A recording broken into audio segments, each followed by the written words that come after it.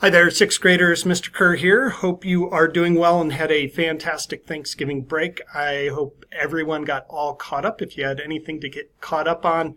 And as always, I'd love for you to start out by just going in and checking your grade book. If there are any questions in general on the mechanics of the class, of course, go into the Start Here folder. I believe we might have a new student starting out with us, so new students check in here as well.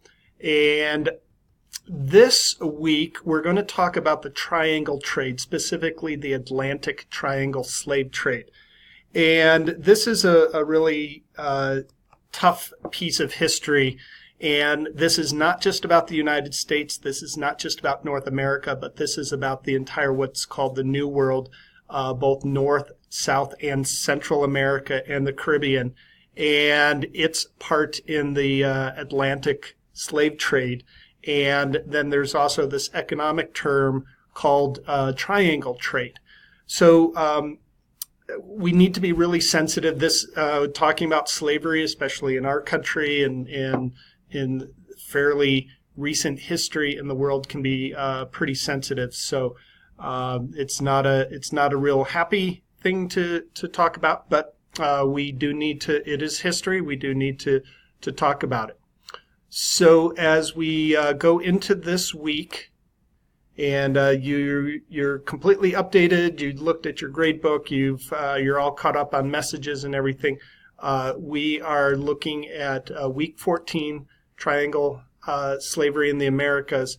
And you do have vocabulary to go through, and you also have a discussion board and the quiz. Now, quiz, please do that first before you go through the rest of this. Before you do the vocabulary and everything, please go and do the quiz as a pretest. And then you'll come back at the end of the week. I'll open it up that you can take it again, and you'll get 100% because you'll know what to focus on through the week. So you do have the vocab, you have the discussion board, and you have some videos to watch as well.